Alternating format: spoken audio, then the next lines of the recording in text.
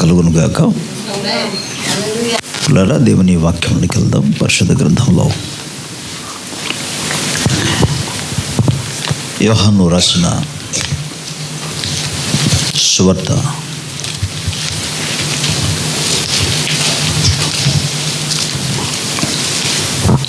21వ అధ్యాయంలో నుండి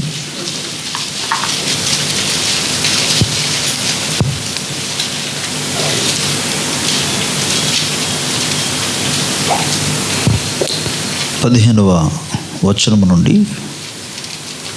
నేను చదువుతాను. వారు భోజనము చేసిన తర్వాత యేసు సీమోను పేతురును చూచి, యోహాను కుమారుడైన సీమోను, వీరికంటే నీవు నన్ను ఎక్కువగా ప్రేమించుచున్నావా అని అడుగగా అతడు, అవును ప్రభువా, నేను నిన్ను ప్రేమించుచున్నానని నీవే ఎరుగుదువని ఆయనతో చెప్పాను. యేసు, నా గొర్రె పిల్లలను మేపుమని అతనితో చెప్పాను.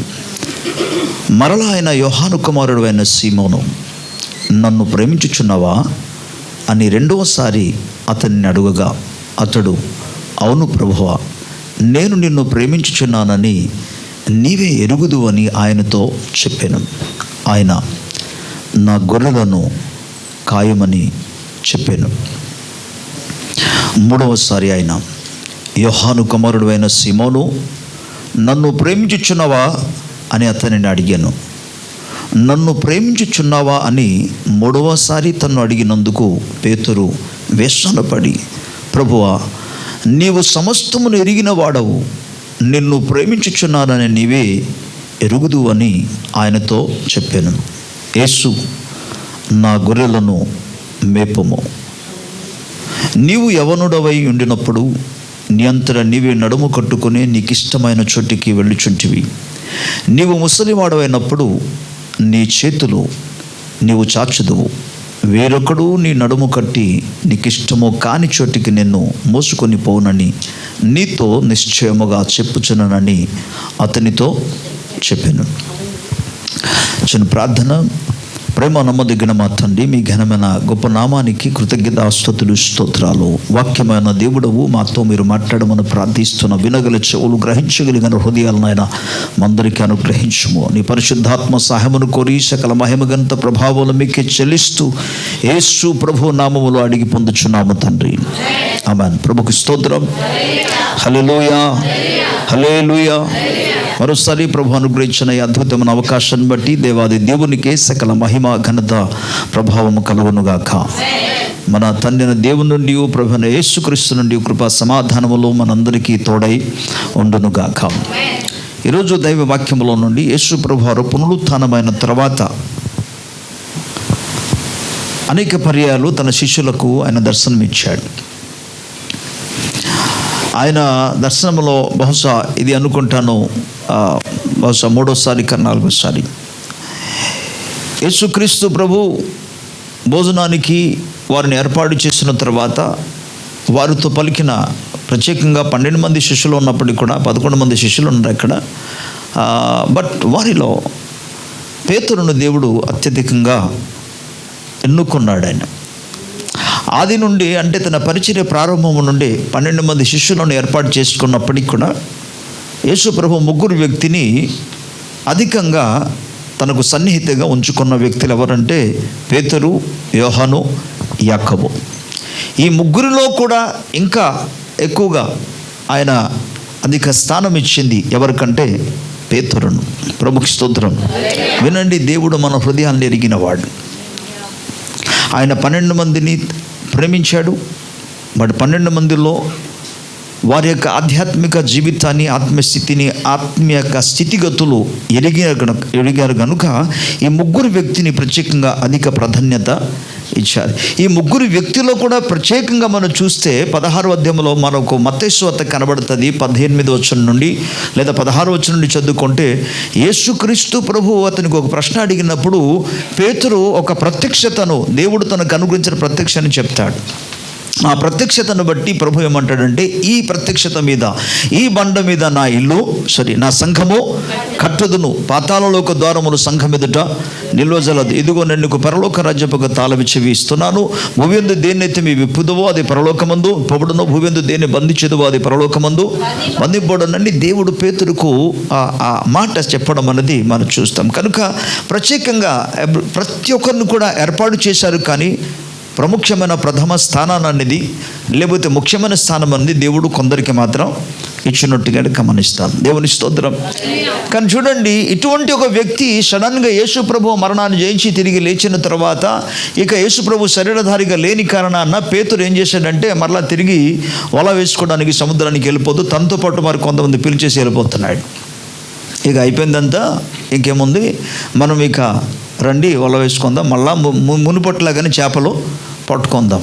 కానీ లూకాసువార్త 5వ అధ్యాయంలో యేసు ప్రభు చెప్పిన మాట ఏంటి? ఆ విస్తారమైన చేపలు ఒక్కసారి వల వేసిన వెంటనే విస్తారమైన చేప వచ్చినందుకు అక్కడ అంటాడు పేతురు, ప్రభువా నేను పాపిని, నన్ను వదిలేసి వెళ్ళిపోయి అంటాడు.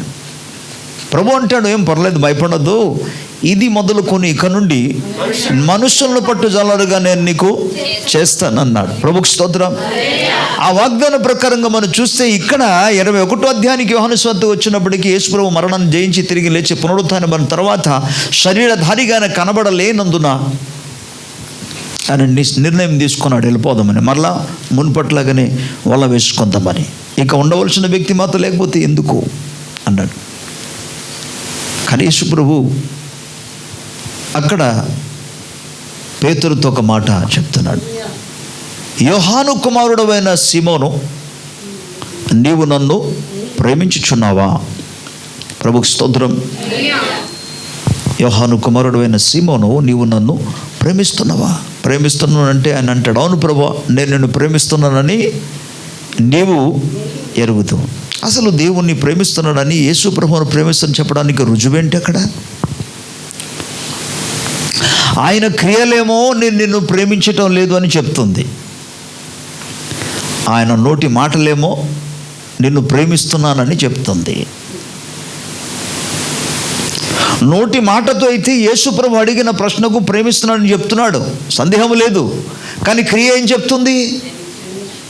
ప్రేమించడం లేదు. కారణం, యేసుప్రభు ముందుగానే ఏర్పాటు చేసుకున్నారు, దీనికి మీరే సాక్షులే ఉంటారు, భూదిగంతుల వరకు మీరు వెళ్ళాలి, నా కొరకు సాక్షిగా ఉండాలని ప్రభు ఎంత బోధించినా ప్రకటించినా సరే, నా తర్వాత మీరు చేయబోతున్న పరిచర్యాన్ని సంఘం మీద కడుతుంది, ఇదిగో పాతాళలోక రాజ్యం పరలోక రాజ్యం తాళం ఇచ్చేది నీకు ఇస్తున్నా అన్నీ చెప్పినా సరే, ఇప్పుడు ఆయనకు వదిలేసి దర్జాగా మళ్ళా సొంత పనికి వెళ్ళిపోతే ఆయన ప్రేమించినట్ట.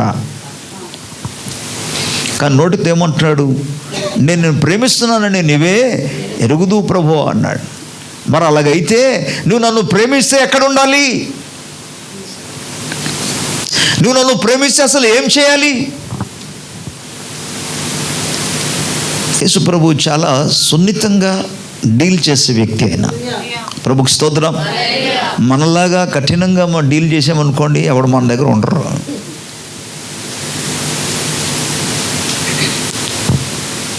అనేక సందర్భాల్లో మనకున్న ఉద్రేకాన్ని బట్టి మన లోపల ఉన్న కొన్ని ఒక్కొక్కసారి ఇతరులు బాధ పెట్టాను అనుకోండి, మన ఉద్రేకంతో కోపంతో ఇక అంతే కఠినంగా డీల్ చేయడం. యేసు ప్రభువు చాలా సున్నితంగా డీల్ చేశాడు. ఆయన ఇక్కడ మీరు చూడండి, ఇక్కడ మాట్లాడుతుంటాడు, నీవు నన్ను ప్రేమిస్తున్నావా అంటే అక్కడ మనం ఏమంటా, ఎలావయ్యా చెప్పావు, కానీ నువ్వు ప్రేమిస్తే ఇక్కడ ఉంటావేంటి అని మనం మొక్కం మీద వెంటనే చెప్పేస్తాం వాళ్ళ ముందే. కానీ యేసు ప్రభు ఏమన్నాడంటే, ఓకే సరే, నీవు నన్ను ప్రేమిస్తే నా గొర్రె పిల్లలను మేపుము అన్నాడు. ప్రభుకు స్తోత్రం. సెకండ్ సారి, మళ్ళీ రెండోసారి, నీవు నన్ను ప్రేమిస్తున్నావా, అలాగైతే నా గొర్రెలను కాయము. మూడవసారి, నువ్వు నన్ను ప్రేమిస్తే నా గొర్రెలను మేపుము అన్నాడు. 3 విషయాలు గమనించండి. యేసుప్రభు 3 సార్లు అడిగారు, నీవు నన్ను ప్రేమిస్తున్నావని. ఈ 3 సార్లు కూడా పేతురు ఇస్తున్న జవాబు ఏంటంటే, నేను నిన్ను ప్రేమిస్తున్నానని నీవు ఎరుగుదువు. దానికి యేసు ప్రభు ప్రతిస్పందన చేస్తే ఏమంటే, నీవు నన్ను ప్రేమిస్తే, నీవు నన్ను ప్రేమించిన ఎడల నా గొర్రె పిల్లలను మేపుము, నా గొర్రెలను కాయము, నా గొర్రెలను మేపుము అన్నాడు. ఈ ప్రశ్న కేవలం పేతురుకు మాత్రం కాదు, ఈ ప్రశ్న ఈరోజు మనందరికీ.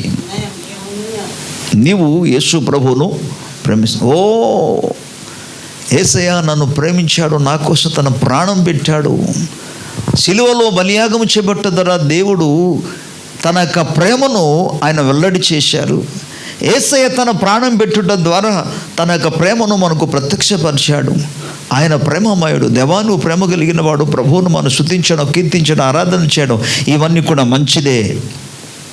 కానీ ప్రభు మన యొద్ద నుండి కూడా ఆయన ప్రేమ కోరుకుంటాడు. స్తోత్రం. ప్రేమ అనేది కేవలం వన్ వే ట్రాఫిక్ కాదు, కేవలం ఒక సైడ్ నుండే పొందుకోవడం కాదు. ప్రేమ అనేది బోత్ సైడ్ ఉండాలి. స్తోత్రం. రెండు వైపున ఉండాలి. ఒకరి ఎడల ఒకరు ప్రేమ కలిగి జీవించమని చెప్పాడు, లేఖనం రాయబడింది. స్తోత్రం. అంతేకాని ఒకరు మరొకరిని మాత్రం ప్రేమించాలి అని ఎక్కడ రాయబడలేదు. ఒకరి ఎడల ఒకరు. Pray for one another, love one another, help one another. ఒకరి కొరకు ఒకరి నిమిత్తం ఒకరు ప్రార్థన చేయాలి, ఒకరికొకరు సహాయము చేయాలి, ఒకరినొకరిని ప్రేమించాలి. ఇవన్నీ కూడా మనం బాగా తెలుసు, విన్నవారమే. కానీ యేసుప్రభు చెప్తున్న మాట ఏంటంటే, మీరు నన్ను నిజంగా ప్రేమిస్తే, నీవు నన్ను ప్రేమించిన ఎడల నా గొర్రె పిల్లలు మేపమన్నాడు. గొర్రె పిల్లలు అన్న వెంటనే మనకు తెలుసు, గొర్రెల గురించి మాట్లాడటం లేదు.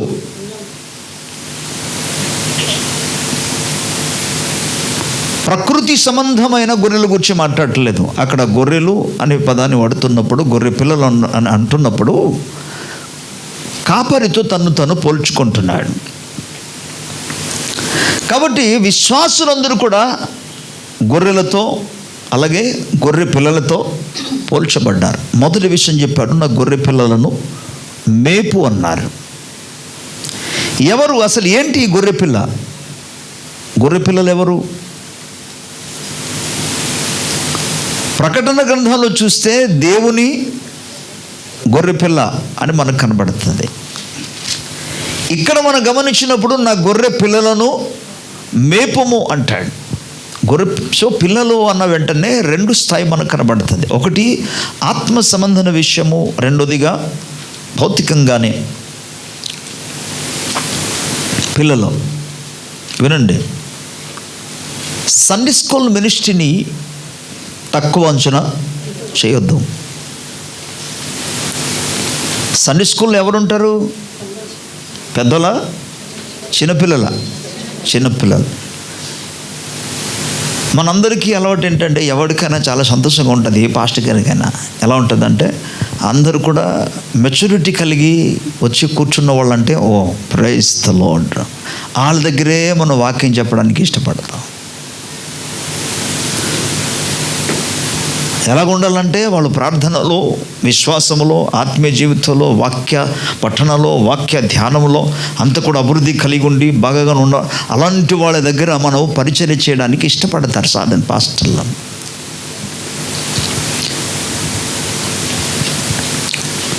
కానీ ఇక్కడ మీరు గమనించండి, చిన్నపిల్లల దగ్గర పరిచర్య చేయడం కూడా మనం నేర్చుకోవాలి. If you really love Jesus, నువ్వు నిజముగా యేసును, మీరు అనొచ్చు పాస్టర్ గారు ఇది పాస్టర్ల పరిచయం కదా, పాస్టర్ గారే చేస్తారు కదా. ఎక్కడ రాబడింది పాస్టర్ గారే చేస్తారండి అంటే? పాస్టర్ గారు ఒక్కరే ప్రభువును ప్రేమించాలా? మిగతా వాళ్ళు చెప్పాలి ప్రేమించకూడదా? నాకు ఒక్క వచనం చూపించండి, ఓన్లీ పాస్టర్లే ప్రేమించాలి దేవునికి, యేసు ప్రభువుని, విశ్వాసులు కాదండి అనే లేఖనం చూపించండి. పాత నిబంధన గ్రంథము నుండి లేఖనం ఏమి సెలవిస్తుందంటే, మీ దేవుడని యెహోవాను నీ పూర్ణ హృదయముతో, పూర్ణ శక్తితో, పూర్ణ ఆత్మతో, పూర్ణ బలముతో, పూర్ణ మనస్సుతో ప్రేమింపవలెను. ఇది అందరికీ చెప్పబడిన, ఓ ఇశ్రాయేలు విను. అందరూ ప్రేమించమని చెప్పాడా? పాస్టర్లే ప్రేమించమని ఉందా? అందుకే ఈ సేవను గురించి, పరిచయను గురించి ప్రభు చెప్పే మాట ఏంటంటే, మీరు నిజముగా నన్ను ప్రేమించిన ఎడల నా గొర్రె పిల్లలను కాయము. నేను అందుకే చెప్తున్నాను, చిన్న బిడ్డల పట్ల మనము ప్రేమ కలిగి ఉండాలి. ఈరోజు వారి స్వభావాలు ఒక్కొక్కసారి వంకరగా ఉండవచ్చు. ఓకే, ఒక్కొక్కసారి వారు చాలా అల్లరిగా జీవిస్తారు, అల్లరిగా ఉంటారు. వారి స్వభావం చిన్నపిల్లల స్వభావం. నేటి రోజుల్లో అంటే గత కాలం కంటే ఇప్పుడు దుష్టుడు మరింతగా చిన్నపిల్లల ద్వారా గలిబిల్చడానికి ప్రయత్నం చేస్తాడు. బట్ అలాగని చెప్పి వారిని మనం వదిలేస్తే వాళ్ళ పరిస్థితి ఎలాగుంటుంది? సామెతల గ్రంథం 22వ అధ్యాయంలో మనకు అందరికి తెలిసిన 6వ వచనం, బాలుడు నడవవలసిన త్రోవలో వాడిని నేర్పము, వాడు పెద్దవాడినప్పుడు ఆ మార్గము నుండి వాడు తొలగి పోడు. ప్రభుకి స్తోత్రం. అంటే ఫస్ట్ మినిస్ట్రీ ప్రభు చెప్తున్నాడు, మొదటిది చిన్న పిల్లలను మేపుము అన్నాడు. గొర్రె పిల్లలను మేపు అంటే పదానికి అర్థం ఏంటి? ఇక్కడ మేత అనగా దేవుని వాక్యం, ఆత్మ సంబంధమైన దేవుని వాక్యాన్ని వారిని నేర్పించాలి. అందుకే దేవుని సన్నిధానంలోనికి మన పిల్లలను మనం తీసుకొని రావాలి అని సండే స్కూల్ పరిచయంలో వాళ్ళు తప్పకుండా వారిని కూర్చోబెట్టాలి అక్కడ. అండ్ అదేవిధంగా వారు, నేను మరలా చెప్తున్నాను, అంతా క్షేమంగా ఉండి చేయడం కాదు, మనిషిగా చేయాలి. మరలా చెప్తున్నాను, వాడు నడవవలసిన త్రోవను వారిని నేర్పించుము. ఈ పని చేయమని యేసుప్రభు అంటున్నాడు. మీరు నన్ను ప్రేమిస్తే ఈ పని చేయండి. ఆ పిల్లోడు అలా చేస్తున్నాడండి, వీళ్ళమ్మాయి అలా చేస్తుందండి, ఇలా తిరుగుతున్నాడండి, అది కాదు అక్కడ పాయింట్. వారు అలా నడవకూడదని చెప్పే వారిని నేర్పించాలి, అల్లరి చేయకూడదని చెప్పే వారిని నేర్పించాలి, దేవుని సంధిలో కూర్చోబెట్టాలి. ప్రభుకి స్తోత్రం. మీ స్కూలుకు పంపించడానికి సండే కూడా ఇంకో క్లాస్ ఉంది, వాళ్ళు రమ్మంటున్నారు అన్న వెంటనే ఆ రోజు పంపించడానికి ఏనుకాంజ కూడా పంపిస్తారే. అలాంటప్పుడు ప్రార్థన కూడికి వెళ్ళడానికి, సండే స్కూల్కి వెళ్ళడానికి ఎంతమంది ఆసక్తి కలిగి పిల్లల్ని పంపిస్తారు? చిన్న పిల్లలు దేవుని దృష్టికి చాలా ప్రాముఖ్యమైన వారు. స్తోత్రం. మార్కు సువార్త 10వ అధ్యాయంలో ప్రభు మాట్లాడుతూ 13వ వచనం నుండి మనం చూసుకోగలిగితే, చిన్న పిల్లలను ఆటంకపరచనియొద్దు, వారిని నా యొద్దకు రానివుడి. మత్తయి సువార్త 18వ అధ్యాయంలో మాట్లాడుతూ ఎవరు గొప్ప అని డిస్కషన్ చేసి ప్రభు అంటాడు, చిన్న బిడ్డని తీసుకొచ్చి మీరు చిన్న బిడ్డ వల్ల మార్పు చెందితేనే కానీ మీరు దేవుని రాజ్యంలో ప్రవేశించలేరని వారికి ఆజ్ఞాపించాడు.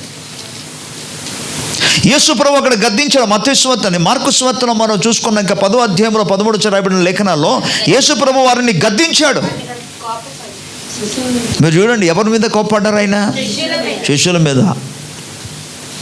వారిని అడ్డగించొద్దు, లెట్ దెమ్ కమ్, వారిని వద్దకు రానియుడి అని చెప్పి వదలలేదు. వారిని రప్పించిన తర్వాత ఆయన వారిని ఎత్తుకొని, వారిని కౌగిలించుకొని, వారి మీద చేతులుంచి వారిని ఆశీర్వదించను. స్తోత్రం. హల్లెలూయా. ఓ రోజు ఓ టీచర్ స్టూడెంట్స్ అందరూ ముందు మోకరించి నమస్కారం చేశారంట. పిల్లలందరూ కూడా, చిన్నపిల్లలందరూ కూడా, అదేంటిది అయ్యగారు సార్ మీరేటండి మా ముందు అసలు మీరు మోకరించి మాకు అసలు నమస్కారం చేయడం ఏంటి అంటే, ఆయన అన్నాడు, ఈరోజు మీరు ఈ స్థితిలో ఉన్నారు, కానీ వారి భవిష్యత్తులో మీరు ఎంతమంది ఐఎస్ఏ అవుతారో, ఎంతమంది ఐపీసీ అవుతారో, ఎంతమంది కలెక్టర్స్ అవుతారో, ఎంతమంది ఇక ఇంజనీర్స్ అవుతారో, ఎంతమంది గొప్ప గొప్ప వాళ్ళు అవుతారో నాకు తెలియదు కదా. నేను మిమ్మును కాదు సాగలపడి నమస్కారం చేసేది, మీలో నుండి భవిష్యత్తులో ఏమి కాబోతున్నారో వాటిని బట్టి మీ ఎదుట నేను నమస్కారం చేస్తున్నాను అన్నాడు. ఈవెన్ పండితులు కూడా, జ్ఞానులు కూడా శిశువు అయిన యేసు ప్రభు ఎదుట, బాలుడైన యేసు ప్రభు ఎదుట వాళ్ళు సాగిలపడి నమస్కారం చేసి ఆయనకి ఆరాధన చేశారు. ఎవరిని? శిశువును కాదు, ఆ బాలుని కాదు వాళ్ళు ఆరాధన చేసేది. ఎవరిని వాళ్ళు ఆరాధన చేస్తున్నారంటే ప్రభుకి స్తోత్రం చెప్పాలి. హల్లెలూయా. ఎవరిని ఆరాధన చేస్తున్నారు? లోకరక్షకునికి, రాజులకు రాజు అయిన ప్రభువుకు వారు సాగిలపడి నమస్కారము చేసి ఆరాధన చేశారు. ఓకే, సో చిన్న బిడ్డలను మరి అన్నడు కూడా నిర్లక్ష్యము చేయకూడదు. వారి మధ్య పరిచర్య చేయాలని ప్రభు ఆశిస్తున్నాడు. దేవుని స్తోత్రం. వారిని ప్రేమించమన్నాడు, వారిని ఎత్తుకోమన్నాడు, వారికి సరైన మార్గంలో నడిపించండి, వారిని పోషించండి. వారిని మేపుము అనగా వారిని పోషించము అనగా ఆధ్యాత్మికమైన ఆహారము చేత. ప్రభుకి స్తోత్రం. పెద్దోళ్ళే చిన్నపిల్లల్లాగా ప్రవర్తిస్తారు ఒక్కొక్కసారి. మరి చిన్నపిల్లలలాగా ప్రవర్తించాలి.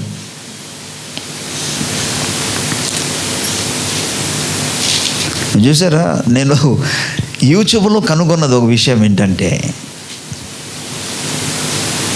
ఒక వ్యక్తి అంటే దైవజనులను దేవుడు అనేక మంది లేపారు, అనేక మందికి ప్రభు వాక్య ప్రత్యక్షత ఇచ్చాడు, అనేక మంది అద్భుతమైన వాక్య సందేశాలు ఇస్తున్నారు, ఆత్మీయ జీవితానికి సంఘానికి క్షమావధికరమైన వాక్య సందేశం ఇస్తారు. కానీ వారందరిలో యూట్యూబ్లో అప్లోడ్ చేసిన అందరిది చూడరు. ఎవరిది చూస్తారు తెలుసు చెప్పనా? ఎవరిదైతే ఓపెన్ చేస్తారు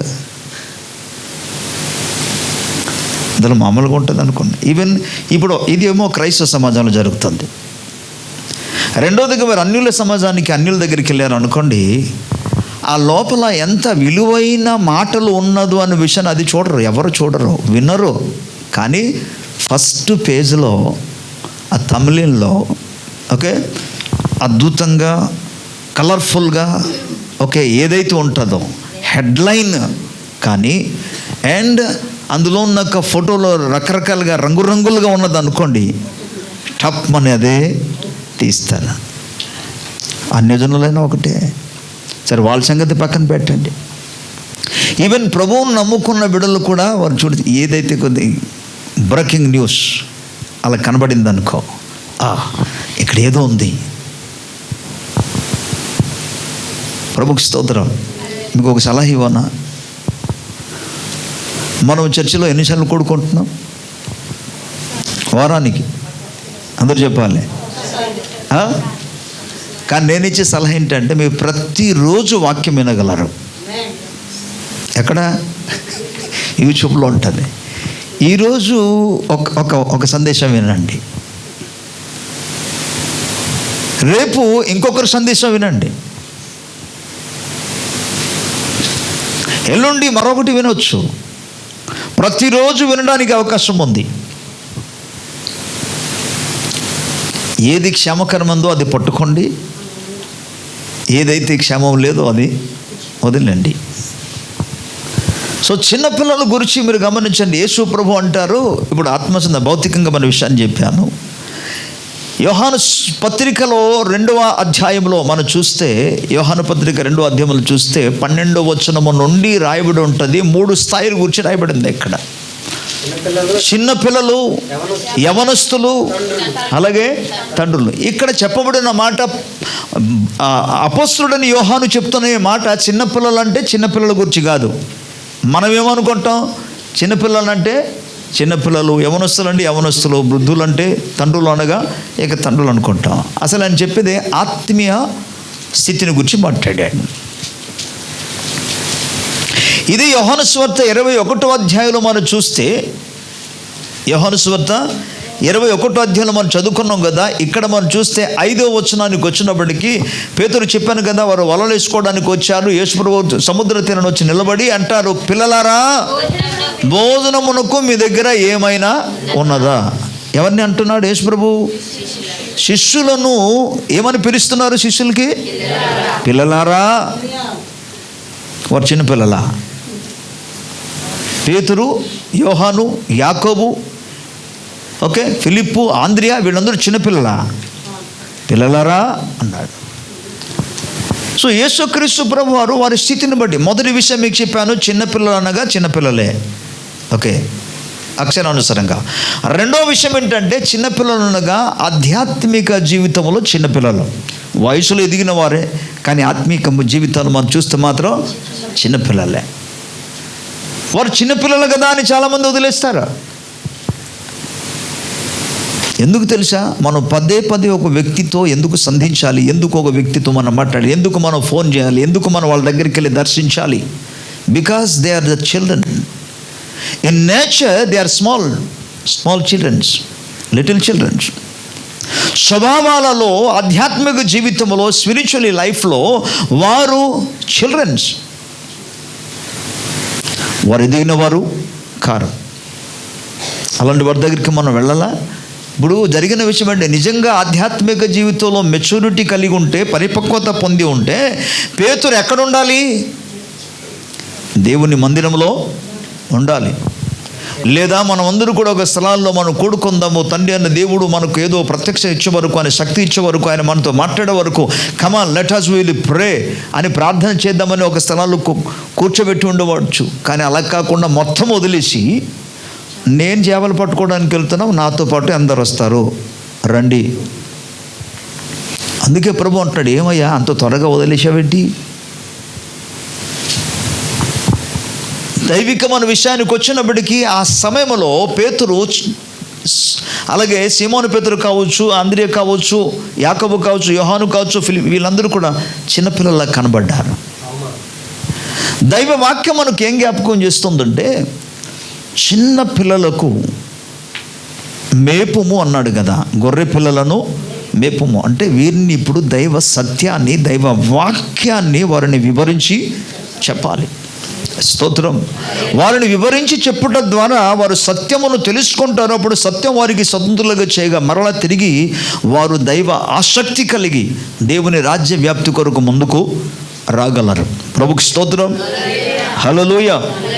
ఇక లేఖనం మనకి ఏం చెప్తుందో తెలుసా? చిన్నపిల్లలంటే ఎవరు తెలుసా? కొరింథీయులకు రాసిన మొదటి పత్రిక 3వ అధ్యాయంలో మొదటి వచనం నుండి చదువుకుందాం. కొరింథీయులకు రాసిన మొదటి పత్రిక 3వ అధ్యాయం మొదటి వచనం నుండి. ఆత్మ సంబంధాలను మనుషులతో మాట్లాడినట్లు నేను మీతో మాట్లాడలేకపోతే శరీర సంబంధాలను మనుషులే అనియు క్రీస్తునందు పసిబిడ్డలే అనియు మీతో మాట్లాడవలసి. స్తోత్రం చెప్దాం గట్టిగా. హల్లెలూయా. సహోదరులారా, ఆత్మ సంబంధులైన మనుషులతో మాట్లాడినట్లు నేను మీతో మాట్లాడలేకపోతిని, శరీర సంబంధులైన మనుషులే అనియు క్రీస్తునందు పసి బిడ్డలే అనియు. మీరు చూశారు ఇక్కడ, క్రీస్తునందు వీరెవరు? అంత నా వైపు చూస్తూ వినాలి. క్రీస్తునందు పసి బిడ్డలు, కనీసం పిల్లలు కూడా కాదు, పసిబిడ్డల. ఎవరు పసిబిడ్డలు? ఈయన మాట్లాడింది కొరింథీ సంఘానికి రాస్తున్నాడంటే ఆల్రెడీ కొరింథీ సంఘంలో ఉన్న వాళ్ళందరూ కూడా మారుమనసు పొందిన వారు, రక్షణను గురించిన అనుభవ జ్ఞానంలోకి వచ్చిన వారు, ప్రభు నామములో బాప్తిసము తీసుకున్న వారే. వీరందరూ కూడా అద్భుతమైన అనుభూతిలోనికి వచ్చిన వారే. కానీ ఇంకా చెప్పాలా, బైబిల్ గ్రంథంలో వారి గురించి ఎవరైనా తెలుసా? కొరింథీ సంఘంలో ఉన్న వారు మామూలు వ్యక్తి కాదు. ఆత్మ సంబంధమైన కృపా వరాల కొరకు ఆసక్తి కలిగిన వారు వీళ్ళు. కృపావరంలో ఎక్కడ కూడా లోపము లేకుండా ఉండాలని ఆశతో ఎదురు చూసిన వాళ్ళు, అంటే ఆత్మచేత నింపబడి ఆత్మ వరములతో అనుభవం కలిగిన వీరు. స్తోత్రం. వీరిని గురించి పౌలు ఆత్మ ప్రత్యక్షత పొంది ఏమంటాడంటే, మీరు క్రీస్తునందు కేవలము పసి బిడ్డలే అన్నాడు. సో ఇప్పుడు వీరిని ఏం చేయాలి? నా గొర్రె పిల్లలను మేపుము. మనకి ఏమనుకుంటే తెలుసా? వాళ్ళకి తెలియదేంటి ఈరోజు ప్రార్థన ఉందని చెప్పలే, తెలియదా? అనౌన్స్మెంట్ చేశారు కదా ఆల్రెడీ వాట్సాప్లో, దీని గురించి చెప్పారు కదా, అయినా రాలేదా? వారి ఆధ్యాత్మిక జీవితంలో ఆ టైంలో ఒక మెచ్యూరిటీ కలిగిన వాడు ముందుగా ప్రిపేర్ అవుతాడు. ఓకే, అంటే వారి చిన్నపిల్లలు ఉన్నారని నువ్వు ఊహించుకోవాలి. అక్కడ వారి ఆధ్యాత్మిక జీవితంలో, ఆత్మ సందేశంలో వారు జస్ట్ దే ఆర్ చిల్డ్రన్. వారు చైల్డిష్గా ఉన్నారు. చిన్నపిల్లలకి చర్చికి వెళ్ళాలని తెలుసా తెలీదా? చెప్తారా? తెలుసా తెలీదా? అందరూ చెప్పాలి. తెలుసు, కానీ వారు ముందుగా రెడీ అవ్వరు. తెలుసు వెళ్తాం అంటారు, కానీ ముందుగా రెడీ అవ్వరు. అప్పుడు వాళ్ళకి ఏం చేయాలి? తల్లిదండ్రులు ఏం చేస్తారు? రెడీ చేస్తారు. వాళ్ళకి తెలుసు కానీ వాళ్ళు వెళ్ళరు. ఇది ఈ ఆధ్యాత్మికమైన విషయానికి వచ్చినప్పటికీ వారికి తెలుసు ప్రభు సంఘానికి వెళ్ళాలని, కానీ వారికి ఒకసారి మనం రెడీ చేయాలి. సో అందుకే ఒక్కొక్కసారి మనం కాల్ చేయాలి, ఫోన్ చేయాలి. Come on, be ready, come. Ready అవ్వాలి, త్వరగా రావాలి. శరీర సంబంధులందరూ కూడా చిన్నపిల్లలే. పరలోక సంబంధమైన వాటి గురించి ఆలోచించకుండా, ఆత్మ సంబంధమైన వాటి గురించి ఆలోచించకుండా శరీర సంబంధమైన వాటిని మాత్రం ఆలోచిస్తున్న వారు చిన్నపిల్లలు. వారిని మనము ఎంతగానో ప్రేమించాలి, వారికి దేవుని యొక్క వాక్యమును మనం బోధించాలి, ఆత్మ సంబంధ ఆహారముతో వారిని మనం పోషించాలి, పెంచాలి. ఇది మినిస్ట్రీ. స్తోత్రం. వినండి, చర్చిలో మనకు మైక్ దొరికితే మైకులో చెప్పిన పాస్టర్ గారే మినిస్ట్రీ అనుకుంటున్నారా మీరు? కాదు. నువ్వు ప్రభువును ప్రేమిస్తే వాళ్ళ దగ్గరికి వెళ్ళి పర్సనల్గా మనం చేయొచ్చు మినిస్ట్రీ. నువ్వు ఒక్క వ్యక్తిని చెప్పినా దేవునికి స్తోత్రం, ప్రభు సంతోషిస్తాడు. సో ప్రియులారా, సో చిన్నపిల్లల మధ్య అనగా ఆత్మ, అందుకే అక్కడ అంటాడు చిన్నపిల్లలారా మీరు. ఒకసారి యోహాను పత్రికలోనికి వెళ్దాం. నేను చదువుతున్నా, చిన్నపిల్లలారా ఆయన నామమును బట్టి మీ పాపములు క్షమింపబడినవి గనుక మీకు రాయిచున్నాను అన్నాడు. 14వ వచనంలో చిన్నపిల్లలారా మీరు తండ్రిని ఎరిగున్నారు గనుక మీకు రాయిచున్నాను అంటాడు. చిన్నపిల్లల గురించి ప్రభు మాట్లాడుతున్నాడు. ఇక్కడ ప్రత్యేకంగా పౌలు అపొస్తలుడైన యోహాను ద్వారా ప్రభు చెప్పిన మాట ఏంటంటే, మీరు మీ పాపములు క్షమింపబడి ఉన్నవి. అండ్ 14వ వచనంలో అంటాడు, మీరు తండ్రిని ఎరిగిన వారు. కాబట్టి ఒకవైపున సండే స్కూల్ పరిచర్య కానీ, ఆధ్యాత్మికంగా చిన్నపిల్లలుగా ఉన్నవారిని కానీ, వారిని మనము పరిచర్య చేయాలి. ఈరోజు వాక్య సందేశం ఏం తెలుసా? నువ్వు యేసు ప్రభువును ప్రేమిస్తే ఈ పని నువ్వు చేస్తావు. ప్రభుకి స్తోత్రం. ఇప్పుడు ప్రభు మమ్మను ప్రేమించాడు, ప్రేమించడని చెప్పేసి ఆయన ప్రేమను పొందుకుంటూ ఆగిపోవడం కాదు. ఆ ప్రేమకు కూడా చాలా మందిలో కృతజ్ఞత ఉండదు. కానీ ప్రభువును మనం ప్రేమిస్తూ ఓకే దైవ వాక్య ఆధార ప్రకారంగా మనం ప్రభు పరిచర్యలో ముందుకు సాగాలి. ప్రభుకి స్తోత్రం. రెండో భాగాన్ని మేము ఎవరిని చెప్పడానికి మన టైం కుదరదు. రెండో భాగాన్ని మనం చూస్తే దైవ వాక్యం మనకేం చెప్తుందంటే, యేసుప్రభు మరలా సెకండ్ క్వశ్చన్ అడిగితే ఏమన్నాడంటే, షిమోను నువ్వు నన్ను నిజముగా ప్రేమిస్తున్నావా? అంతేకాకుండా వీరికంటే కూడా ప్రేమిస్తున్నావా అనే ప్రశ్న అడిగాడు. పేతురు ఇస్తున్న జవాబు ఏంటంటే, అవును ప్రభువా, నేను ప్రేమిస్తున్నానని నీవు ఎరుగుదు.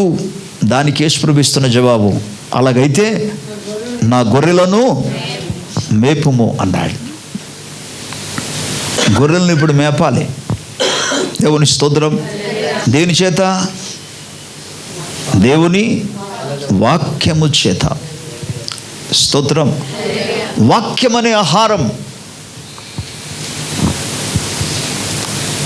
వాక్యం అనే పశ్చిక బయళ్ళలోనికి గొర్రెలను నడిపించాలి.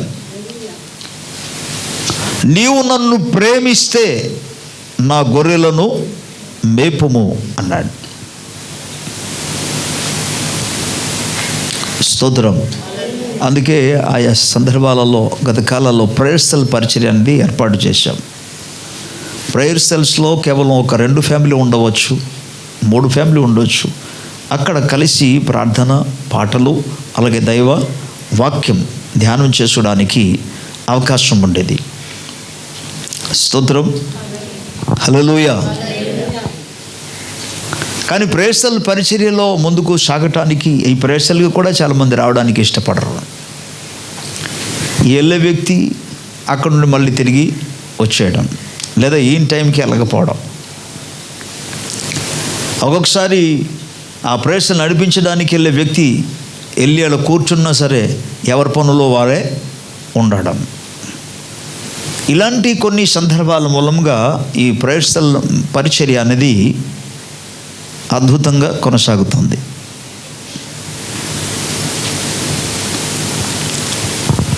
దేవుని వాక్యం మనకేం చెప్తుందంటే, నేను మరలా చెప్తున్నాను, చర్చిలోనే కాదు,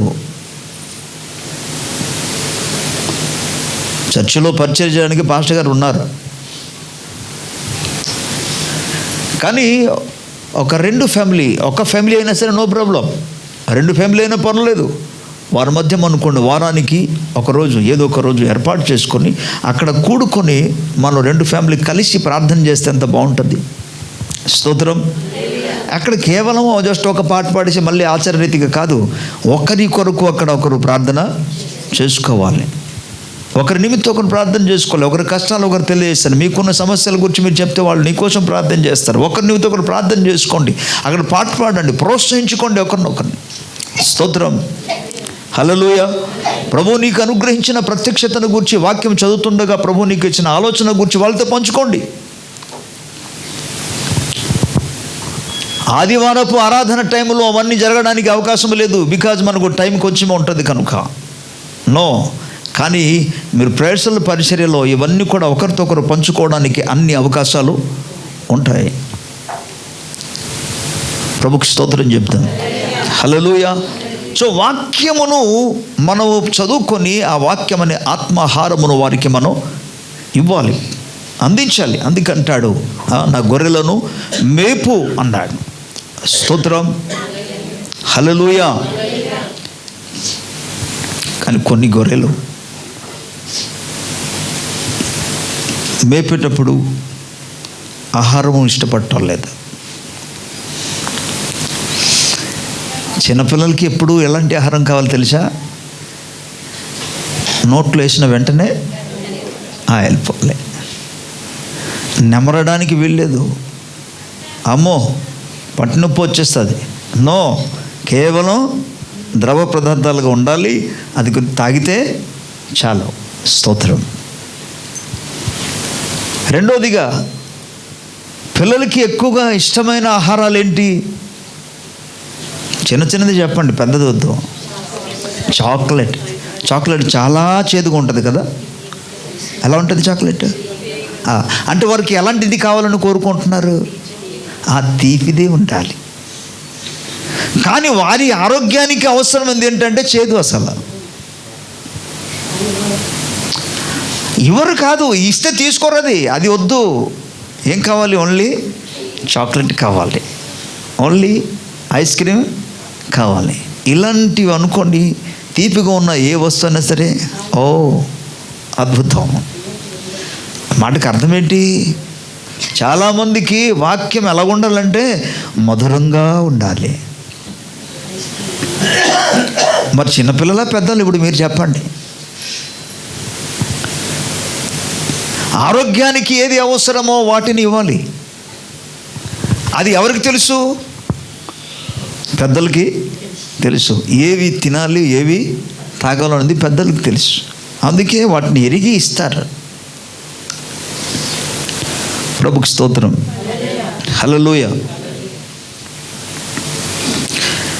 వేపాకు ఆకు తీసుకొచ్చి రాత్రంతా దాన్ని మరుగుపెట్టి ఉదయం లేచిన వెంటనే ఇంత పెద్ద గ్లాసులో తీసుకొచ్చి మా అమ్మ ఇచ్చింది. ఇది తాగమంటే ఏదో అనుకొని చెప్పేసి మొత్తానికి తాగడం తీసుకుని ఒక్క బుక్కడ అంతే వేసామంతే. ఎలా ఉంది? లోపల నుండి బయటికి వచ్చేస్తుంది. యాక్. ఒక్కొక్కసారి ముక్కు పట్టేసి ఎలాగైనా సరే దాన్ని తాగించేవారు. మనకు అలవాటు అయిందంటే ఏంటి? మీకు చెప్తే నమ్మరు. కోటకెళ్ళి 5 కేజీలు పంచదార తీసుకొచ్చి ఇంట్లో ఉంచారు. పంచదార తీసుకొచ్చి వీళ్ళు బయటికి వెళ్ళిపోతే మొత్తం అటు తిరిగి వెళ్ళి కొంచెం వేసుకోవడం, ఇటు నుండి రావడం, వెళ్ళి కొంచెం, మొత్తానికి మా అమ్మ వాళ్ళు మళ్ళీ తిరిగి ఇంటికి వచ్చేటప్పటికి సగం అయిపోయింది అక్కడే. అంటే చిన్న వయసులో ఉన్నప్పుడు చిన్నపిల్లల యొక్క స్వభావం ఎలా ఉంటుంది అంటే ఓన్లీ తీపే, కానీ చేదు వస్తుంది. కానీ చేదు మాత్రమే ఆరోగ్యానికి మంచిది అనే విషయాన్ని చాలామంది తెలియదు. అందుకే ఎప్పుడూ మధురమైనదే కావాలి.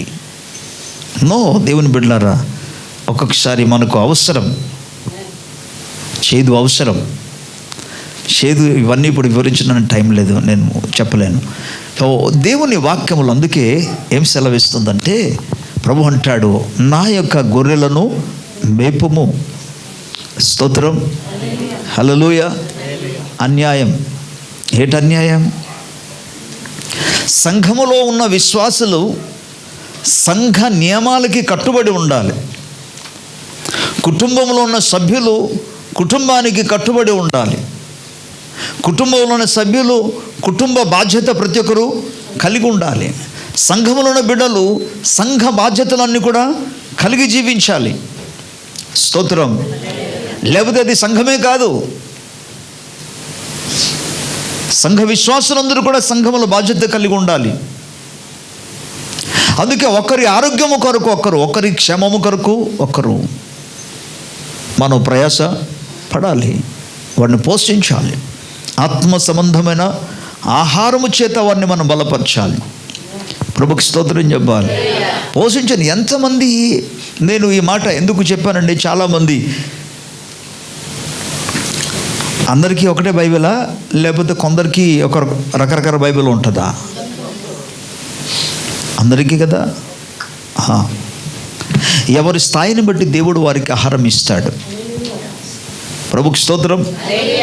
ఏంటి మెడిసిన్ ఎంత ఇస్తారు? ఎంత ఇస్తారా? చిన్న. సో ఈ అర్ధ గంట కావచ్చు, గంట సేపు కావచ్చు, గంట సేపు వాక్య పరిచర్య చేస్తున్నప్పుడు ఎవరికి కావలసిన వర్తమానం అక్కడ వస్తుంది. కానీ చాలామంది వాటిని గ్రహించకుండా వాడిని శ్రద్ధగా వినకపోవడం మూలంగా వారికి రావాల్సింది వాళ్ళకి రావటంలే. వారు అంగీకరించలేకపోతున్నారు, తెలుసుకోలేకపోతున్నారు. కానీ నిజానికి దేవుడు వాక్య సందేశం ద్వారా మాట్లాడుతున్నప్పుడు ఎవరికి రావాల్సిన సందేశము ఏదో మూమెంట్లో, ఈ 1 hour మూమెంట్లో, 45 minutesలో, ఎక్కడో ఒక సందర్భంలో, ఏదో ఒక మినిట్లో నీకు సంబంధించిన వాక్యం దేవుడు అక్కడ ఇస్తాడు. అది నీకు రావాలంటే నువ్వు ఏం చేయాలి? గంట సేపు లేదా 45 minutes వరకు నువ్వు శ్రద్ధగా వింటుంటేనే, ఫర్ ఎగ్జాంపుల్గా వాక్యం ప్రారంభమైంది, ఒకవేళ నీతో రావాల్సి, నీకు సంబంధించిన మాట, నీకు అవసరమైన మాట అరగంట తర్వాత రావచ్చు. అంటే నువ్వు అరగంట వరకు ఏం చేస్తుండాలి? అలాగ వింటూనే ఉంటే అప్పుడు అరగంట తర్వాత నీకు వాక్యం వస్తుంది. అది గంట అయినా సరే గంట వరకు వెయిటింగ్ చేసి ఉండాలి, వింటూనే ఉండాలి. ఏ సమయంలో నీకు సంబంధించి వస్తుంది. మనం క్యూర్లో చూసారా, మా సాధారణంగా ఇంటర్వ్యూ అనుకోండి, ఏది అనుకోండి, గంటల తరబడి అక్కడ వెయిటింగ్లోనే ఉంటారు. ఎప్పటి వరకు? పేరు పిలిచే వరకు, అప్పటి వరకు ఉంటున్నారు కదా. ఇప్పుడు ఎందుకు లేని వెళ్ళిపోవచ్చు కదా బయటికి. మరి దేవుని సంధానికి వచ్చినప్పుడు, దైవ వాక్యం వింటున్నప్పుడు నీకు సంబంధించిన వాక్యం వచ్చే వరకు కూడా నువ్వు ఎదురు చూడాలి, కనిపెట్టాలి. ప్రభుకి స్తోత్రం. అండ్ దెన్ డెఫినెట్గా దేవుడు మాట్లాడతాడు, ప్రభు కార్యము చేస్తాడు. ప్రభుకి స్తోత్రం చెప్దాం. సో గొర్రె పిల్లలను మొదట మనం మేపాలి. రెండోదిగా గొర్రెలను మేపమని చెప్పాడు. గొర్రెలకి మనం మేపాలి. స్తోత్రం. హల్లెలూయా. టైం అయిపోతుంది కాబట్టి ముందుకు వెళ్ళిపోతాను. రెండో భాగాలు ఏమన్నాడంటే, నా గొర్రెలను ఖాయము అన్నాడు. సిమోను, నీవు నన్ను ప్రేమించిన ఎడల, అంతేకాకుండా వీరందరికంటే నువ్వు నన్ను అధికంగా ప్రేమించిన ఎడల నా గొర్రెలను ఖాయము అన్నాడు. గమనించండి, 3 ప్రశ్నలలో 3 జవాబు అని అడిగారు. 3 రకాల విషయాన్ని ప్రభు సెలవిచ్చాడు. అందులో గొర్రె పిల్లల గురించి మాట్లాడినప్పుడు గొర్రె పిల్లలు కేవలం మేపు మాత్రం అన్నాడు. ఎందుకంటే వాటికి మేత ఇస్తే చాలు, ఎక్కడికి వెళ్ళదు. కానీ గొర్రెలు మాత్రం మేపాలి, కాయాలి. ఎందుకంటే ఉండదు, కొద్ది పెద్దది కదా, ఒక స్థలాలు ఉండదు. ఇటు అటు, ఇటు కొంచెం అటు కొంచెం వెళ్ళడానికి ప్రయత్నం చేస్తుంటుంది. అందుకంటాడు దాన్ని ఏం చేయాలి? కాయాలి. స్తోత్రం. హల్లెలూయా. వాటిని కాయాలండి. చాలామంది కాస్తున్నా సరే మంద నుండి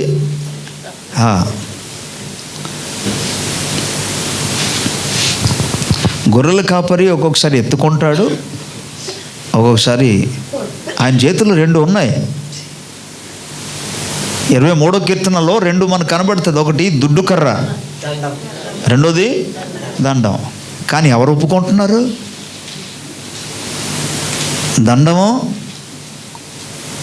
దండం దేనికోసం? వాటిని దండించడానికి, సెట్ చేయడానికి, రైట్ చేయడానికి, అనగా క్రమశిక్షణలోనికి నీ తీసుకురావడానికి అని దండిస్తారు. అదే సమయంలో అతని చేతిలో దుడ్డు కర్ర ఉంది. దుడ్డు కర్రతో ఒకడు కొట్టాడు అనుకో, అయిపోయినట్టే. అసలు దుడ్డు కర్ర దేనికో, గొర్రెల కోసం కాదు, శత్రువుని ఉపయోగించడానికి, శత్రువు మీద ఉపయోగించడానికి, దాడి చేయడానికి. కానీ దండం ఉంది. దీని ద్వారా ఆయన క్రమశిక్షణ తీసుకొస్తాడు. కాబట్టి కాపరి ఒక్కొక్కసారి దైవ వాక్యము ద్వారా ఖండించినప్పుడు, గద్దించినప్పుడు, సరిచేసినప్పుడు ప్రభుకి స్తోత్రం, కొన్ని గొర్రెలు ఏమవుతుంది, మంద నుండి ఆవిడ కాయాలి. మళ్ళా అందుకే ఇంకోసారి వెళ్ళాలి, వాళ్ళ దగ్గరికి వెళ్ళాలి, వాళ్ళ ఇంటికి వెళ్ళాలి, వాళ్ళతో ప్రత్యేకంగా మాట్లాడాలి, మరలా వారితో కౌన్సిలింగ్ చేయాలి, ప్రార్థన చేయాలి, మళ్ళీ రావాలి. ఈ పనులన్నీ కూడా దేనిని బట్టి చేయాలంటే యేసు ప్రభువును ప్రేమిస్తేనే ఈ పనులన్నీ కూడా చేస్తారు అని ప్రభు అంటున్నాడు. స్తోత్రం. మీరు లేదా నీవు నన్ను ప్రేమించిన యెడల నా గొర్రెలను మేపుము, నా గొర్రెలను ఖాయము. ప్రభుకి స్తోత్రం. హల్లెలూయా. ఒక గొర్రె రాకపోతే మిగిలిన వాళ్ళు ఏం చేయాలి? ఒక వారం రాలేదు, ఏదో కారణాన్ని బట్టి రాలేదు, మిగిలిన వారు ఏం చేయాలి? మీరు నిజంగా యేసు ప్రభువును ప్రేమిస్తే, నా పాయింట్ అంతా కూడా యేసు ప్రభువును ప్రేమిస్తే అప్పుడు ఏం చేయాలి? ఫోన్ చేసి కనుకోవడం, అంతేనా? సఖ్యమైతే వాళ్ళ దగ్గరికే వెళ్ళాలి. ప్రభుకి స్తోత్రం. హల్లెలూయా. కొంతమంది భౌతికంగా కొన్ని కారణాలను బట్టి, సమస్యలను బట్టి రాకుండా ఉంటారు. ఒకవేళ అనారోగ్యాన్ని బట్టి రాలేకపోయారేమో, ఏదో పరిస్థితిని బట్టి రాలేకపోయారేమో.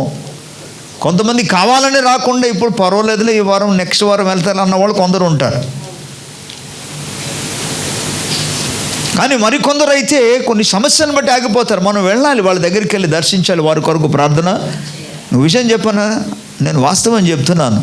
ఒక దైవ సేవకునిగా ప్రతి ఇంటికి ప్రతి వారం నేను వెళ్ళలేను. ఎందుకంటే వాళ్ళే ఫీల్ అవుతారు తెలుసా, మళ్ళీ వచ్చారంటే ఈ వారం పాస్టర్ గారు మొన్నే వచ్చారు కదా అంటే వాళ్ళు ఆలోచనలు ఏముంటుందంటే అదే.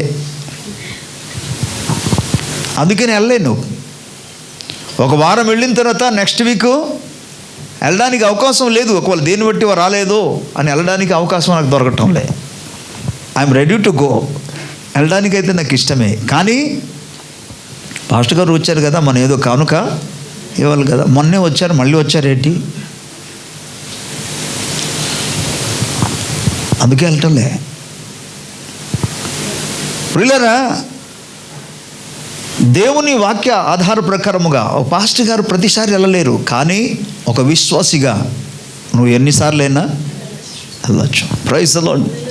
ఎందుకు రాలేకపోయారు? వారిని కాయాలి కదా, వారిని పోషించాలి కదా.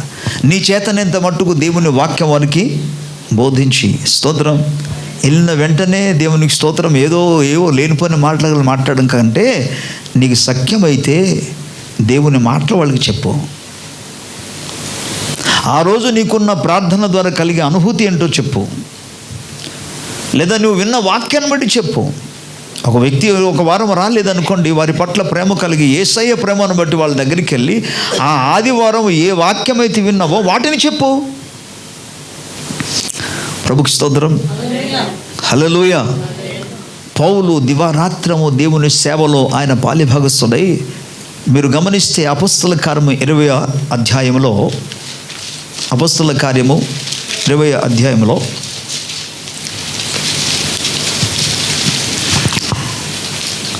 17వ వచనం నుండి చదువుకుంటే రాయబడి ఉంటుంది. అక్కడ ఎఫెసులో ఉన్న సంఘ పెద్దలందరూ కూడా పిలిపించాడు.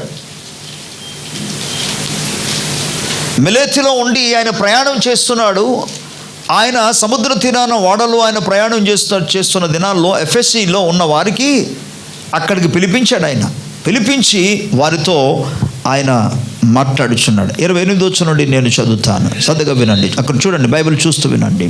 28వ వచనం నుండి, దేవుడు తన స్వరక్తం ఇచ్చి సంపాదించిన తన సంఘమును కాయుటకు పరిశుద్ధాత్మ మిమ్మును దేనియందు అధ్యక్షులుగా ఉంచెనో ఆ యావత్ మందను గూర్చి మీ మట్టుకు మిమ్మును గూర్చి జాగ్రత్తగా ఉండుడి.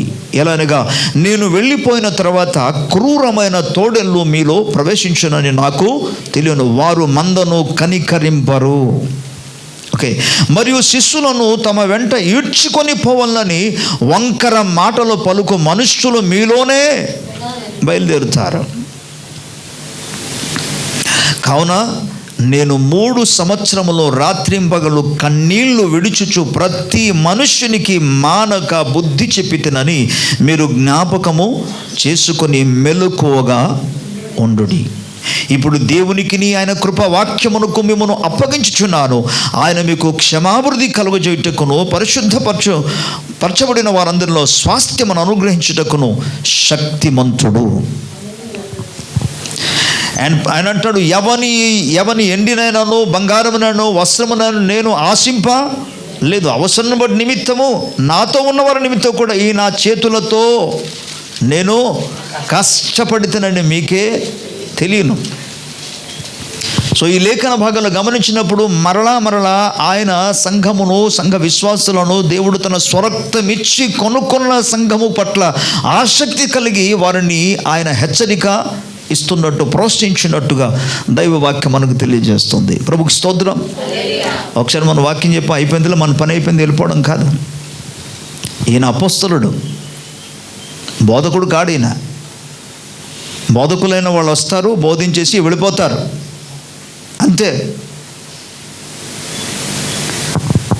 అందుకే సంఘమును గూర్చిన బాధ్యత కలిగిన వాడై, యేసయ్య ఎడల ప్రేమ కలిగిన వాడై, ఒక సంఘాన్ని మాత్రం కాకుండా అపోస్తలుడు కదా, చాలా సంఘాలు అనే అండర్లో ఉండి కనుక ఆ సంఘస్థులను కూడా పిలిపించి వారికి ఏమంటాడంటే, చాలా జాగ్రత్త, మీ ఎదుట నేను ఉన్నప్పుడు ఎంతగా నేను భయభక్తులు కలిగి భక్తితోనూ కన్నీళ్లు విడిచుచు నేనెంతగా మీకోసం ప్రయాస పడ్డానో ఒక్కసారి జ్ఞాపకం చేసుకోండి. ఎందుకంటే నేను వెళ్ళిపోయిన తర్వాత క్రూర మృగాలు ఎంటర్ అవుతాయి, ప్రవేశిస్తాయి. అందుకే ముందుగా మీరు జాగ్రత్తగా ఉండాలి. ప్రభుకి స్తోత్రం. అంటే పౌలు హృదయంలో ఎవరి పట్ల? దేవుని యొక్క సంఘం పట్ల, అనగా దేవుని గొర్రెల పట్ల వాటిని కాయాలి అని వాటిని చెప్తున్నాడు, వాటిని పోషించాలంటాడు. స్తోత్రం. పిల్లరా, అనేక మంది వారి జీవితాల్లో ఎందుకు అసలు శత్రువు చేతికి చిక్కబడుతున్నారు? ఈ సత్యాన్ని మనం బోధించడం ద్వారా వారు శత్రువు చేతిలో చిక్కబడకుండా తమను తాము కాపాడుకోవడానికి అవకాశం ఉంది. ప్రభుకి స్తోత్రం. అందుకే కాయము అనగా వారు తము కాపాడుకోగలిగినటువంటి ఒక వాక్య సందేశం ఇచ్చటం ద్వారా వారు కాపాడుకోగలరు. స్తోత్రం. సత్యాన్ని బోధించకపోతే వాళ్ళకి అర్థం కాదు. సో 3 విషయాలు మనం చూస్తున్నాం. ఒకటి, గొర్రె పిల్లలను చెప్పండి కాయడమా మేపడమా? గొర్రె పిల్లని కేవలం మేపితే చాలు, కానీ గొర్రెలు మాత్రం మేపాలి, కాయాలి. స్తోత్రం. హల్లెలూయా. దేవుని వాక్యం హోటల్తో పోల్చేస్తున్నారు చాలామంది. ఏంటంట హోటల్? ఏ హోటల్లో బాగుంటే చెప్పండి. దేవుని వాక్యం అంటే సంఘము హోటల్తో సమానమా?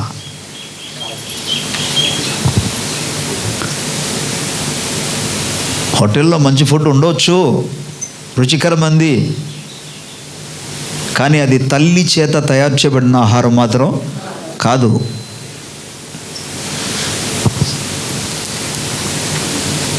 ఏ హోటల్లో బాగుంటే అక్కడికి వెళ్ళిపోతారట. అది ఏంటి విజిటింగ్ అనుకున్నారండి. విజిటింగ్ అయితే ఏ హోటల్ అయితే ఆ హోటల్కి వెళ్తారు. కానీ నువ్వు ప్రతిరోజు మీ ఇంట్లోనే ఉండవు, కుటుంబ సభ్యుడిగా మీ ఇంట్లో తయారు చేసిన వాటిని నువ్వు భుజించాలి.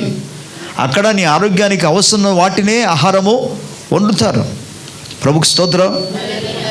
ఎప్పుడైనా వెళ్ళాలంటే వెళ్ళి ఎప్పుడైనా ఒకసారి, అంతేకాని ఈ హోటల్లో బాగుంది ఇక్కడ నుండి ఇక్కడికి వెళ్ళిపో, అక్కడికి వెళ్ళిపోతే అక్కడ నుండి అక్కడ సంఘాలు అలాగ వదిలేసి ఈ సంఘంలో వాక్యం సరిగ్గా లేదు, ఇంకొక సంఘంలో సంఘం బాగుంది, ఇది హోటల్ అనుకున్నారేంటి? ఇది ఇల్లు.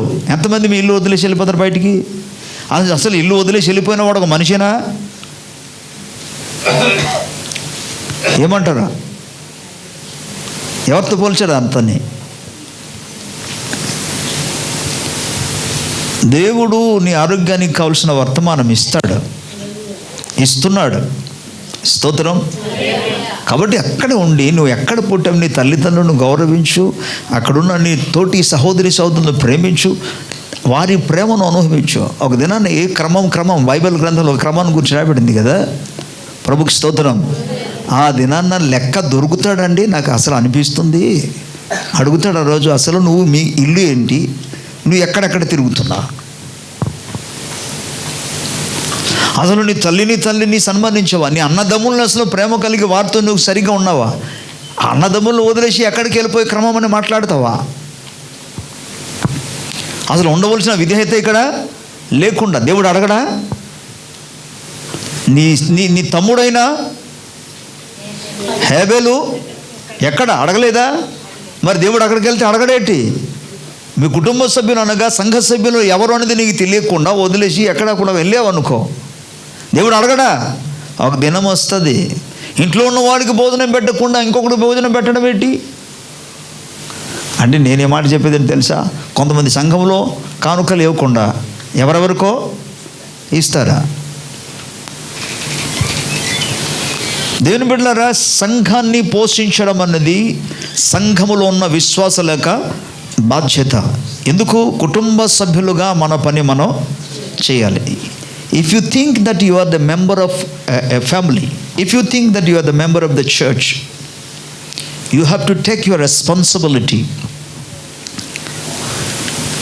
సంఘ విశ్వాసులుగా సంఘ బాధ్యత ప్రతి ఒక్కరు కూడా తీసుకోవాలి. లేక if you are not taking any responsibility of the church, that means you are not the member of the church.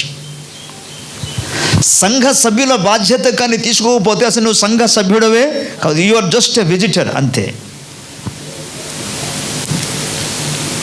ఒక విజిటర్ అంటే మామూలుగా దర్శించడానికి వచ్చి వెళ్ళిపోవడం. మీరు చూడండి, హాస్పిటల్కి దర్శించడానికి వెళ్తారు, ఓకే, దర్శించిన తర్వాత అక్కడ ఉంటారా? దర్శించడానికి పదానికి అర్థం ఏంటంటే వెళ్ళి దర్శిస్తారు, తిరిగి. సంఘం అలా పోల్చడానికి వీల్లేదు, కుటుంబ సభ్యులుగా భావించాలి. ప్రభుకి స్తోత్రం. వాడు కుటుంబ సభ్యులు ఏం చేస్తారు? అదే హాస్పిటల్ అనుకోండి, కుటుంబ సభ్యులు ఏం చేస్తారు? వాళ్ళు కూడా దర్శించేసి వెళ్ళిపోతారా? అక్కడే వెళ్ళి వాళ్ళ దగ్గర ఉంటారు. సో దైవికంగా కానీ భౌతికంగా కానీ దేవుని బిడ్డలైన మనము అటువంటి ప్రేమ అనురాగం మనం కలిగి ఉండటం ద్వారా ప్రభు అందులో ఆనందిస్తాడు. ప్రభుకి స్తోత్రం. కాబట్టి జస్ట్ లవ్ జీసస్. యేసు ప్రభువును ప్రేమిస్తే ఆయన గొర్రె పిల్లలను మేపాలి. అందుకే చిల్డ్రన్ మినిస్ట్రీ మాత్రం కూడా నిర్లక్ష్యం చేయదు, దాన్ని తక్కువ అంచనా చేసుకోవద్దు. పెద్దల మధ్య కొన్ని గొర్రెలు ఇబ్బందులు ఉంటాయి, కొన్ని గొర్రెలు పడిపోయిన బట్టి ఉంటాయి, కొన్ని గొర్రెలు బలహీనమైనది ఉంటుంది, కొన్ని గొర్రెలు అనారోగ్యంతో ఉంటుంది. వీరందరి మధ్య మనము కుటుంబ సభ్యులముగా ఏం చేయాలి? పరిచర్య చేయాలి. దైవికంగా, ఆధ్యాత్మికంగా, భౌతికంగా కూడా ఒక్కొక్కసారి మనం సహకరించాలి, సహాయము చేయాలి. ప్రభుకి స్తోత్రం. గట్టిగా హల్లెలూయా. ఇవన్నీ కేవలం దేనికి సూచిస్తుందంటే, నువ్వు యేసును ప్రేమిస్తే ఇవన్నీ చేస్తావు. కళ్ళు మూసుకోండి, ప్రార్థన చేసుకుందాం.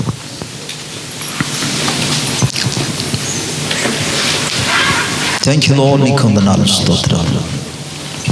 ప్రభు సముఖంలో మొరపెడదాం, ప్రభు కృపను వేడుకుందాం. ఈరోజు యేసు ప్రభు నీకు సూటిగా నీతో మాట్లాడుతున్నాడు. నీవు నన్ను ప్రేమిస్తున్నావా? నేను నిన్ను ప్రేమించాను అని దేవుడు అంటున్నాడు. నేను ప్రేమించి నా అద్వితీయ కుమారుని కోసం ఇచ్చాను, నువ్వు నన్ను ప్రేమిస్తున్నావా? యేసు ప్రభు అంటున్నాడు, నేను నిన్ను ప్రేమించి నీ కోసం నా ప్రాణాన్ని ధారపోశాను, నీవు నన్ను ప్రేమిస్తున్నావా?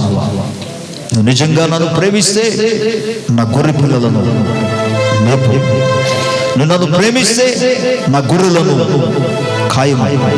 నేను ప్రేమిస్తే నా గొర్రెలను మేపు. యేసు పునరుత్థానం అని చెప్పిన ఈ మాటను మన హృదయాలను మనం భద్రపరుచుకుందాం. అందుకే ప్రియులారా, ఒకరిడలో ఒకరు దైవ వాక్యము చేత హల్లెలూయా స్తోత్రం, ఆరోగ్యకరమైన క్షేమకరమైన దేవుని యొక్క మాటలను హల్లెలూయా ఒకరితో ఒకరు మనం పంచుకునే వారుగా ఉండాలి, పోషించేవారుగా ఉండాలి, ప్రోత్సహించేవారుగా ఉండాలి, ప్రార్థించేవారుగా ఉండాలి, ప్రేమించేవారుగా ఉండాలి, ఒకరి క్షేమం గురించి ఒకరు ఆలోచించేవారుగా ఉండాలి.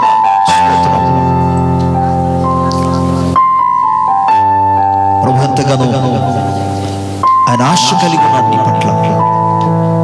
ఒక కుటుంబ సభ్యునిగా నీ బాధ్యతను భరించేవారుగా, వహించేవారుగా, మోయేవాడుగా ఉండాలని ప్రభు ఆశిస్తున్నాడు. ఆత్మ సంబంధమైన విషయంలో చిన్నపిల్లలుగా ఉన్నవారు, శరీర సంబంధంగా నిస్తున్న వారు, ఇంకా క్రీస్తునందు వాళ్ళు పసిబిడ్డలే కనుక వారి పట్ల మన ప్రేమ కలిగి పరిపక్వతలోనికి వారిని నడిపించే బాధ్యతను మనం తీసుకోవాలి.